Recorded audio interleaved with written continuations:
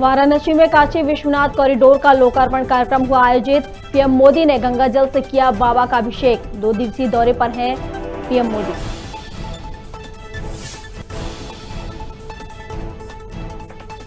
भारत की हरनाज संधू बनी miss universe. Harnaaz ने 79 देशों की सुंदरियों को पछाड़ा। 21 साल बाद भारत को मिला खिताब।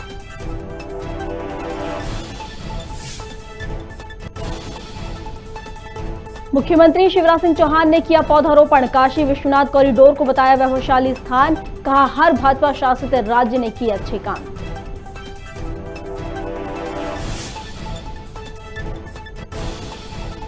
छत्तीसगढ़ में विधानसभा का शीतकालीन सत्र हुआ शुरू। सत्र में 5 बैठकें हैं प्रस्तावित। कई विधेयक भी किए जाएंगे पेश।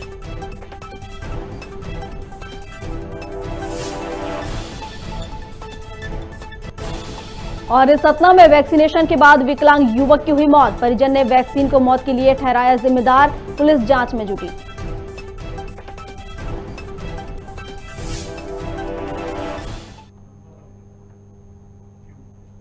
नमस्कार, खबर भारत देख रहे हैं आप। मैं हूं आपके साथ प्रियंका। चलिए बढ़ते हैं खबरों की ओर। प्रधानमंत्री के काशी विश्वनाथ के आयोजन का लाइव प्रसारण मंदसौर के पशुपतिनाथ मंदिर परिसर में आयोजित किया गया, जिसमें बड़ी संख्या में भाजपा जनप्रतिनिधि सहित संतगण शामिल रहे। प्रधानमंत्री मोदी के काशी विश्वनाथ धाम के दौरे की पल पल की अपडेट लाइव प्रसारण के माध्यम से दिखाई गई। आपको बता दें कि मंदसौर जिले में करीब 18 स्थानों पर प्रधानमंत्री के लाइव प्रसारण का यह आयोजन रखा गया।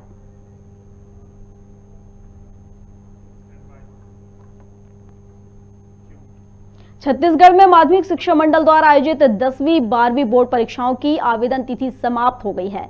इस बार प्राइवेट में सिर्फ 6000 छात्र सम्मिलित होंगे। नियमित में भी 75,000 विद्यार्थी घट गए हैं। इस साल 10वीं में 3,90,000 तो वहीं 12वीं में 2,90,000 छात्रों ने आवेदन किया है। पिछले साल 10वीं में 4,61,000 तो वहीं 12वीं में 2,87,000 छात्र शामिल हुए थे। अब बोर्ड जल्द ही समय सारणी जारी करेगा।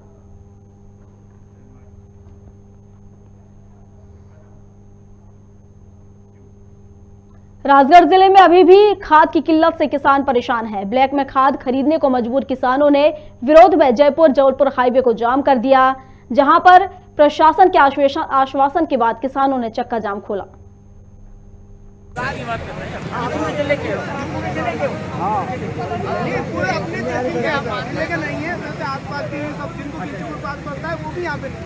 बट क्या है कि आसपास के तो समय और सिस्टम ये है कि 400 रुपये में बेच किए तो जितने चाहिए उतने मिले। बट क्या है कि वो यहाँ पे लीगल खाद क्यों नहीं मिल रहा है? ये सर खाद नहीं मिल पा रहा है। खाद ब्लैक में तो मिल पा रहा है पर्याप्त, लेकिन वो जो यहाँ पे सोसाइटी है यहाँ पे खाद नहीं आ पा रहा है, इसलिए जाम लगा है। क्योंकि भीड़ बहुत ज्यादा है। अब आप देख ही रहे हो, लगभग 500 से ज्यादा लोग हैं यहाँ पे खड़े हैं। अभी स्टाफ यहाँ पे पहुंचा नहीं है। 10 से 11 बजे के बाद इनका स्टाफ आएगा। लेडीज पूरा स्टाफ है, वो भी धीरे धीरे खाद बांटते हैं। एक व्यक्ति को कम से कम 15 मिनट में फ्री करते हैं। तो आप देखिए इतनी भीड़ को ये कैसे कंट्रोल कर पाएंगे इतनी जल्दी। ब्लैक में कितने मिल रहा खाद? ब्लैक में मिल रहा है सर 500 रुपए बैग में। आप जितना चाहे उतना ले लीजिए। कहाँ पे मिल रहा है ब्लैक में? कहीं भी मिल रहा है। जहाँ पे राजगढ़ मिल रहा है, कालीपीठ मिल रहा है, मनोर थाना, जहाँ भी चाहिए आपको वहीं पे खाद मिल रहा है। ब्लैक में आपको जितना चाहिए उतना खाद मिल रहा है, लेकिन ये जो लीगल पट्टी पर इन चीजों पर खाद क्यों नहीं मिल रहा है? अभी कोई अधिकारी आया था जाम खुलवाने? अधिकारी आए थे सर, तहसीलदार सर आए थे अपने। क्या बोला उन्होंने? उन्होंने बोला कि 11 बजे तक आपका जो अपना जो स्टाफ है राजगढ़ तहसील का वो सारे आ जाएंगे और खाद। सेंट जोसेफ कॉन्वेंट स्कूल में ट्रेनिनन आलिशान द्वारा आत्महत्या का मामला गर्माता जा रहा है। मामले को लेकर एबीवीपी ने आईजी के नाम ज्ञापन सौंपा है। थाने का घेराव कर सीएसपी हेमंत चौहान को ज्ञापन दिया है, जिसमें मौत की घटना को हत्या मानकर निष्पक्ष जांच करने की मांग की है और प्रबंधक पर स्कूल की आड़ में अवैध रूप से छात्रावास बनाकर अन्य राज्यों से नाबालिग बच्चों के साथ ईसाई धर्मांतरण की गतिविधियां संचालित करने के आरोप लगाए हैं। साथ ही 3 दिन में निष्पक्ष जांच नहीं होने पर सड़कों पर उतरने की चेतावनी भी दी है।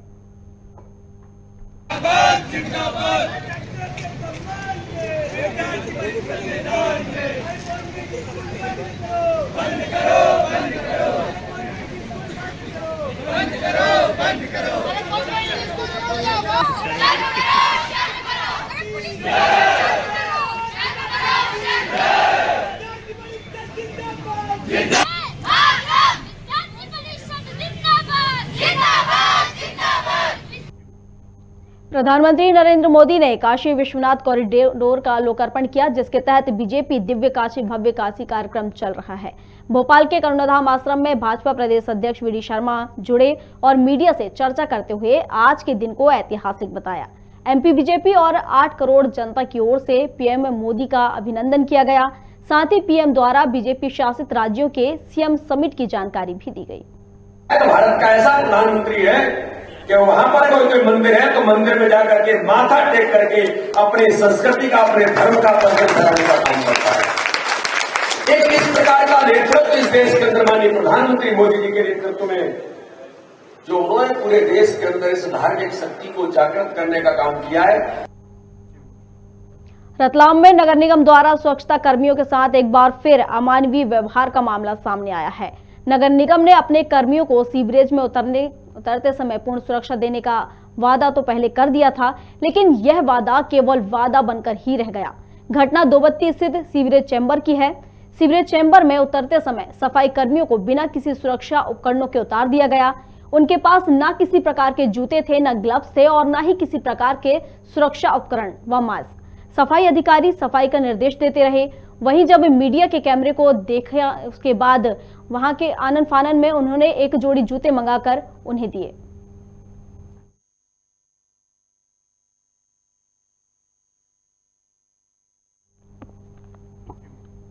शाहजहांपुर में शॉर्ट सर्किट के कारण सूखी घास में आग लग गई है। हरायपुरा निवासी कैलाश यादव की लालघाटी जेल के पास भूमि पर उग रही सूखी घास में आग लग गई। बिजली तारों में शॉर्ट सर्किट होने से यह पूरा हादसा हुआ।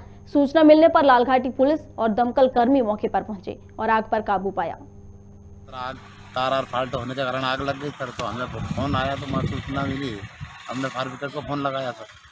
कोई हानि आपकी पशु वगैरह? हानि नहीं हुई सर, बेचारा जला और कुछ भी। कोई फसल वगैरह थी आपकी? कोई नुकसान नहीं। तो फायर ब्रिगेड को बुलवाई, मौके पर आए थे। यहाँ कैलाश जी यादव हैं, मौजूद मिले। इनके परिवार की जमीन है रामनारायण मोतीलाल जी यादव हरायपुरा वालों की। तो ये घास सूखी थी, उसमें आग लग गई। किन्हीं कारणों से तभी बुझा दी गई है। बाकी कोई जनहानि वगैरह नहीं हुई है, पशु हानि नहीं हुई। वाराणसी में काशी विश्वनाथ धाम के नए परिसर का लोकार्पण हुआ।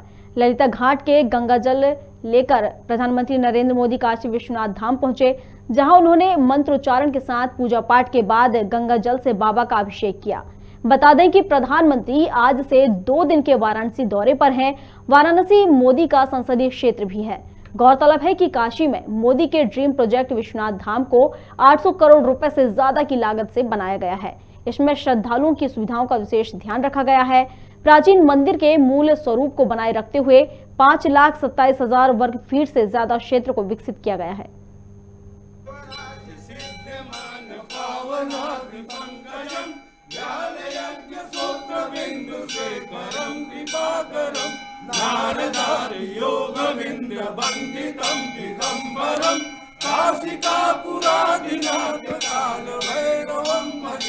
भानुकोटि भास्करं भवाब्धिकारकं परं नीलकण्ठमीर्तिदानदायकं त्रिलोचनं कालकालमम्बुजाक्षमक्षशूलमक्षरं काशिकापुरादिनाथ कालभैरवं भजे शूलडङ्कपाशडङ्कपाणिमाणिकारणं श्यामकायमादिदेवमक्षरं निरामयम् हेमविक्रमं प्रभो विचित्रकण्डवप्रियं काशिकापुरादिनाथ कालभैरवं भजे भक्तिमुक्तिदायकं प्रशस्तचारुविग्रहं भक्तवत्सलं निजं समस्तलोकविग्रहं विनिष्कळं मनोज्ञहेमकिङ्करीं रसस्तटिं काशिकापुरादिनाथ कालभैरवं भजे धर्म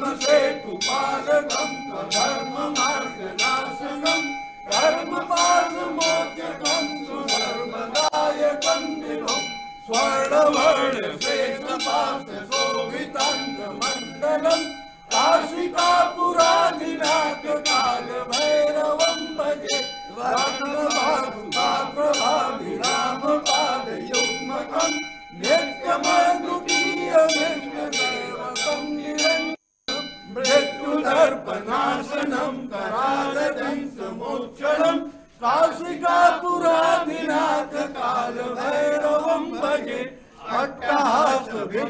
पद्मजंड को सुसंतति दृष्टि पाप नष्ट पाप जाल मुक्त शासनम अष्ट सिद्धिदायकम कपाल मालिकंदरम काशिका पुराधिनाथ काल भैरवम भजे।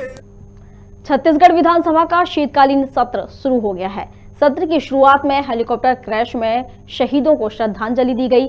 अध्यक्ष डॉक्टर चरणदास महंत और मुख्यमंत्री बघेल ने नवनिर्मित कक्ष का उद्घाटन किया। इस सत्र में 5 बैठकें प्रस्तावित की गई हैं। इस बीच सरकार अनुपूरक बजट पेश करेगी। वहीं छत्तीसगढ़ साल एवं सेवा कर संशोधन विधेयक और राज्य पिछड़ा वर्ग आयोग संशोधन विधेयक भी पेश करने वाली है।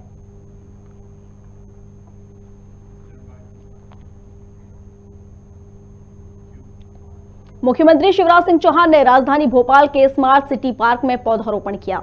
इस दौरान मीडिया से चर्चा करते हुए कहा कि एक बार फिर से काशी विश्वनाथ में दर्शन करने का मौका मिलेगा। प्रधानमंत्री नरेंद्र मोदी ने पुनरुत्थान कर कॉरिडोर बनाया है। यह एक वाकई वैभवशाली स्थान है। काशी का पुनर्निर्माण हो गया है। गंगा जी की स्थिति अच्छी हो गई है। हर भाजपा शासित राज्य ने अच्छे काम किए हैं। जहां योजनाओं का अच्छा क्रियान्वयन हुआ है उनका प्रेजेंटेशन होगा, हमारा भी प्रेजेंटेशन होगा। बहुत कुछ सीखने को भी मिलेगा। दिव्य काशी एक बार फिर भगवान विश्वनाथ के दर्शन करने का सौभाग्य मिलेगा। लगभग 350 साल पहले मां अहिल्याबाई होलकर ने मंदिर का पुनरुद्धार किया था। 350 साल बाद भारत के यशस्वी प्रधानमंत्री श्रीमान नरेंद्र मोदी जी ने फिर से मंदिर का पुनरुद्धार करके कॉरिडोर बनाया है। ये सचमुच में अद्भुत अवसर है। भारत के गौरवशाली और वैभवशाली जो हमारा स्थान था उसकी पुनर्स्थापना है। और मैं अपना भाग्य समझता हूं कि इस अवसर पर हम भी जाके बाबा विश्वनाथ के दर्शन करेंगे। काशी बदल गई है, पुनर्निर्माण हो गया है। अब गंगा जी की स्थिति हो, काशी का भव्य स्वरूप हो, दिव्यता तो थी ही। एक दृढ़ इच्छा शक्ति ने, प्रखर नेतृत्व ने, प्रधानमंत्री श्रीमान नरेंद्र मोदी जी की कल्पना आई।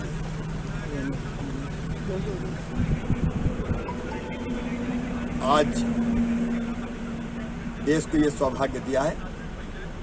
सचमुच में प्रधानमंत्री जी वहां पहुंच गए। ये अद्भुत दिन है।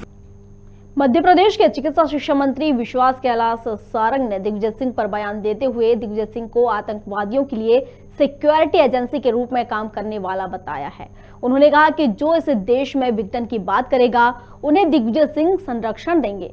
इसी के साथ उन्होंने पंचायत चुनावों को लेकर कहा कि चुनाव आयोग के निर्देशों का सरकार पालन कर रही है। कांग्रेस को आभास हो गया है कि वह पंचायत चुनाव में बुरी तरह से हारेगी।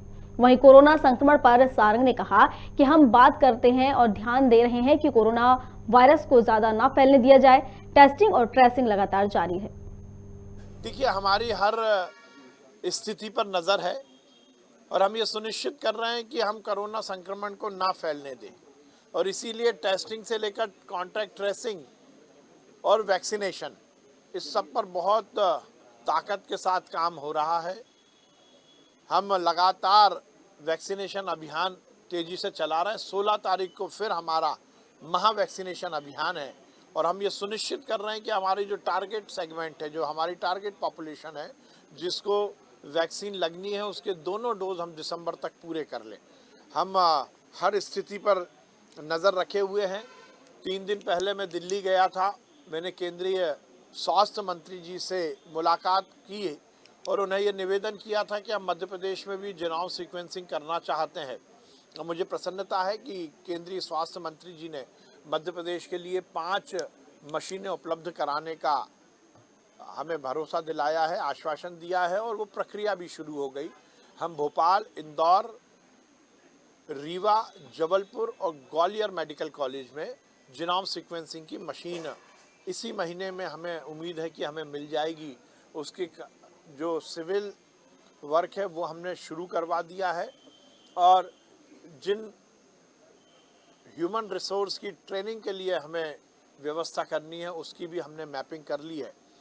हम ऐसा विश्वास रखते हैं कि इस महीने में दिसंबर के अंत तक या जनवरी के फर्स्ट वीक तक हमें ये मशीनें उपलब्ध हो जाएंगी और हम भोपाल सहित मध्य प्रदेश के 4 और मेडिकल कॉलेज में जीनोम सीक्वेंसिंग शुरू कर देंगे। चिकित्सीय व्यवस्थाओं को लेकर भी हमने पूरी तैयारी कर ली है। हमारे सभी बिस्तर, ऑक्सीजन प्लांट और बाकी जो हमें व्यवस्थाएं कोरोना के लिए करनी है वो हमने चुस्त दुरुस्त कर। अब आप दिग्विजय सिंह से और क्या अपेक्षा करेंगे? दिग्विजय सिंह तो हर समय इस देश के विरोधियों को, आतंकवादियों के लिए सिक्योरिटी एजेंसी के रूप में काम करते ही रहे हैं, चाहे अपने वक्तव्य के मामले में हो या अपनी सोच के मामले में हो। जो इस देश में विघटन की बात करेगा उसे दिग्विजय सिंह जी संरक्षण देंगे। जो इस देश को तोड़ने की और इस देश की आबो हवा को बिगाड़ने की कोशिश करेगा उसे दिग्विजय सिंह जी गले लगाएंगे। आतंकवादी हो या देश को की एकता अखंडता पर कुठाराघात करने वाला कोई भी व्यक्ति हो, वो दिग्विजय सिंह जी के लिए हीरो होगा। तो दिग्विजय सिंह जी के बारे में कुछ और अपेक्षा करना भी शायद गलत होगा। वो निश्चित रूप से ऐसे ही लोगों को संरक्षण देंगे जो देश के खिलाफ और समाज में विघटन पैदा करते हैं। अब देखिए, हम तो लोकतांत्रिक व्यवस्थाओं में विश्वास रखते हैं। हर संवैधानिक संस्था का सम्मान करना और हर संवैधानिक संस्था के आदेश का पालन करना ये हमारा नियम भी है और हमारी राजनीति का मुख्य उद्देश्य भी है। लोकतांत्रिक व्यवस्थाओं को मजबूत करने के लिए ज़रूरी है कि पंचायत राज के चुनाव हों। लोकतंत्र में जितना विकेंद्रीकरण सरकार का और सत्ता का होगा उतना जनता को लाभ मिलेगा और इसीलिए चुनाव आयोग के आदेश का सरकार अक्षरशः पालन कर रही है। और आमतौर पर जो पार्टी को लगता है कि वो चुनाव हारने वाली है वही चुनाव टालने की बात करती है। तो ये बात तो सुनिश्चित हो गई कि कांग्रेस को इस बात का पूरा आभास हो चला है कि वो पंचायत चुनाव में बहुत बुरी तरह हारेगी और इसीलिए वो किसी भी तरह चुनाव टालने का प्रयास कर रहे हैं। कॉमेडियन मुनब्बर और कुणाल के शो बंद होने पर दिग्विजय सिंह ने ट्वीट कर कुणाल और मुनब्बर के लिए भोपाल में शो आयोजित करने की बात कही है और लिखा है कि सारी जिम्मेदारी मेरी होगी। दिग्विजय सिंह के इस ट्वीट पर विधायक रामेश्वर शर्मा ने कड़ी प्रतिक्रिया दी है और कहा कि जो श्री राम और माता सीता का अपमान करते हैं, ऐसे किसी भी राष्ट्र विरोधी, हिंदू विरोधी का शो भोपाल तो क्या मध्य प्रदेश में भी नहीं होने दूंगा। देखिए, दिग्विजय सिंह जी को अगर पागलपंथी का दौर चढ़ा है इसका मतलब ये नहीं है कि हम उसको एक्सेप्ट कर ले। दिग्विजय सिंह तो कल पाकिस्तान के आतंकवादियों को बुलाकर घर के निमंत्रण पर बिरयानी खिलाना चाहते हैं। क्या हम पाकिस्तानियों को हिंदुस्तान में आके आतंकवादियों को बिरयानी खिलाने की अनुमति देंगे? दिग्विजय सिंह जी आप पगला गए, राहुल गांधी जी पगला गए या पूरी कांग्रेस पगला गई? ये हिंदू और हिंदुत्व और राम को काल्पनिक बताकर क्या कांग्रेस क्या दिखाना चाहती? क्या आप जो है मुनब्बर फारूकी और कुणाल कामरा को बुलाकर राम और सीता का अपमान कराना चाहते हैं और हिंदुस्तान ये अपमान बर्दाश्त कर लेगा? हमने औरंगजेब से भी लड़ाइयां लड़ी है, हमने बाबर से भी लड़ी है, हमने हुमायूं से भी लड़ी है, हमने अकबर से भी लड़ी है। और दिग्विजय सिंह, तुम जैसे लोग हिंदुस्तान में जो नए जिन्ना के रूप में अवतरित हो रहे हो, जो हिंदू मुसलमान के बीच में रोज खाई डालने का काम कर रहे हो, रोज आग लगाने का काम कर रहे हो। अरे मजाक तो तुम्हारा देश उड़ा ही चुका है और मजाक के पात्र तुम बन ही चुके हो।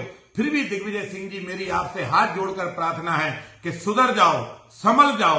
राम का अपमान करोगे तो ये देश तुम्हें पसंद नहीं करेगा।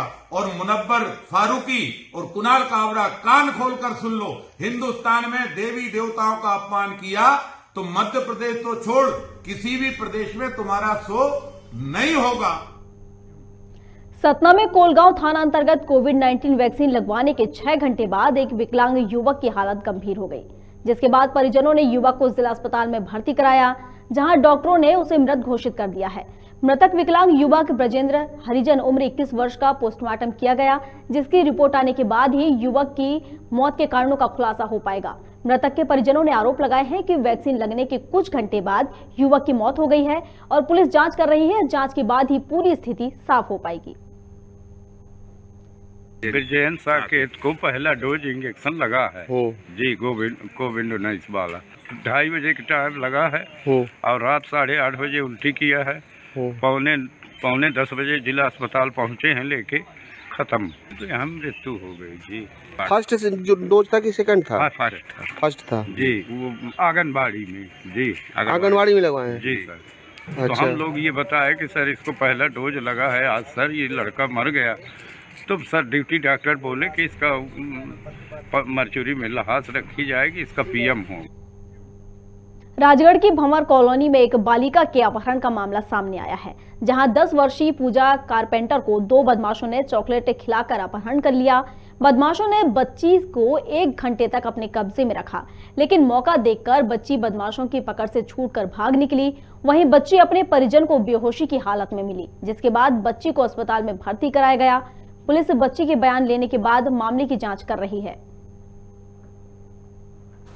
मैं बाहर करी थी और मुझे खींच कर ले गए हो। कौन लोग थे वो? क्या पता। कितने लोग थे? 2। खींच के कहाँ लेके गए? तुम्हें गाड़ी में बिठाया? हाँ। उसके बाद कहाँ ले गए? वहाँ नाके पर। कुछ खिलाया भी तुम्हें? क्या खिलाया था? चॉकलेट। उसके बाद क्या हुआ? तुम्हारे साथ चक्कर भी आए? बेहोश टाइप के हो गए थे? बाद में आई थे। बाद में बेहोश हो गए थे? हमें मिलने के बाद। फिर वहां से भाग के आए क्या आप?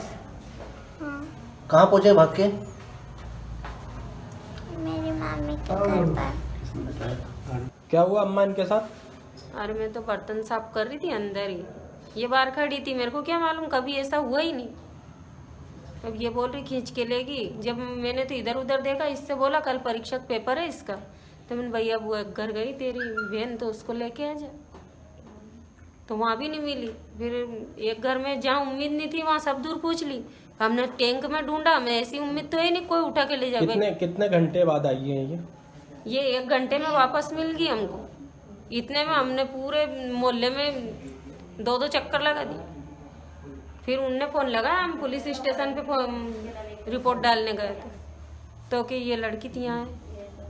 तो इनको कोई ले गया था क्या उठा घर से सामने से? अब मैंने तो नहीं देखा, ये बच्ची बोल रही उस हिसाब से ही ले गया इसको, मैंने नहीं देखा, मैं अंदर थी बर्तन साफ कर रही थी। क्या बताया आपको बच्चे ने?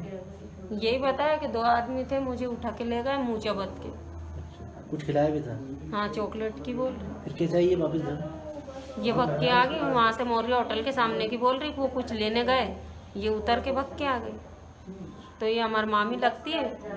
आज सूचना प्राप्त हुई थी कि एक लड़की का अपहरण करके कुछ 2 लड़के ले जा रहे थे, जो नाका नंबर 2 से भागकर अपने घर पहुंच गई है और उसे हॉस्पिटल ले गए। तुरंत हॉस्पिटल जाकर उससे पूछताछ की गई तो उसने बताया कि मैं अपने घर के सामने थी, तो 2 व्यक्ति मोटरसाइकिल से आए और उसे जबरन बिठाकर टॉफी खिला दी और ले गए। नाका नंबर 3 पर कोई सामान लेने के लिए रुके, वहाँ से मैं पूजा नाम की लड़की उम्र करीब 11 वर्ष है भागकर अपने रिश्तेदार घर पहुंची। वहाँ उसने अपने माता पिता को पूरी बात बताई, उसको हॉस्पिटल उपचार के लिए ले गए। रिपोर्ट पर अपराध 363, 366 एवं पॉक्सो एक्ट का कायम कर लिया गया है।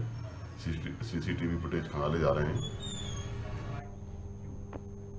चलिए अगली खबर की ओर बढ़ते हैं। शाजापुर जिला अस्पताल में सरकार की योजनाओं को पलीता लगाते हुए महिला चिकित्सक और स्टाफ नर्सों के द्वारा गरीबों के साथ लूटमार की जा रही है। अस्पताल में लंबे समय से सामान्य प्रसव के नाम पर अवैध वसूली के मामले सामने आ रहे हैं।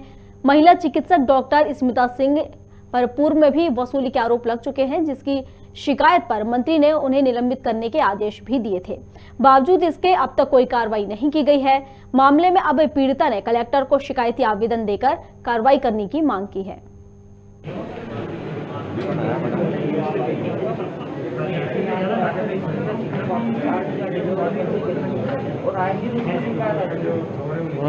पहले भी इसको हटा चुके हैं यहाँ से, लेकिन वापस से इसमें 8,000 जमा करवाएं मेडिकल पर।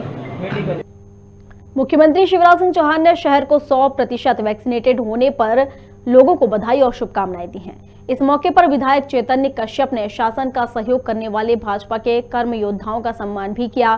उन्होंने कहा कि पार्टी के इन कर्म योद्धाओं ने टीकाकरण अभियान के पहले ही दिन से शासन के साथ मिलकर सक्रिय भूमिका निभाई है। इस दौरान मुख्यमंत्री शिवराज सिंह चौहान ने कार्यकर्ताओं से जिस सक्रियता की अपेक्षा की थी, उस पर रतलाम के कार्यकर्ता खरे उतरे हैं। मुख्यमंत्री जी ने स्वयं ने आकर के वैक्सीनेशन सेंटर पे वैक्सीनेशन का प्रारंभ करवाया था, दूसरे चरण का, और उसके पश्चात उसी समय हमारे सब कार्यकर्ताओं ने उन्हें आश्वस्त करा था कि हम 100% लक्ष्य आपको देंगे। और जो हमने आश्वस्त करा था हमारे रतलाम के कार्यकर्ताओं ने, उन्होंने वो 100% कार्यक्रम में अंतिम समय तक हमारा बूथ स्तर का कार्यकर्ता उसमें लगा रहा, और उसी का नतीजा रहा कि आज हम रतलाम को 100% वैक्सीनेशन में सफल बना पाए। हमारे सब कार्यकर्ताओं ने, क्योंकि कार्यकर्ता व शासन के कर्मचारी एक तालमेल होता है। राजगढ़ के पहले जनसंपर्क अधिकारी केपी दांगी की वाहन दुर्घटना में मौत हो गई है। जनसंपर्क अधिकारी का वाहन दुर्घटनाग्रस्त हो गया। वहीं ब्यावरा से पाखरियापुर आते समय ये हादसा हुआ। वहीं हादसे के बाद कलेक्टर फ्रेक नोबेल ने मौत की पुष्टि की है।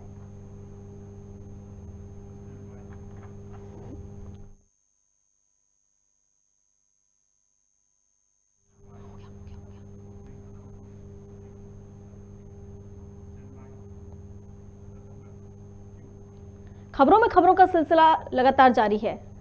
आप बने रहिए हमारे साथ और देखते रहिए खबर भारत। नमस्कार।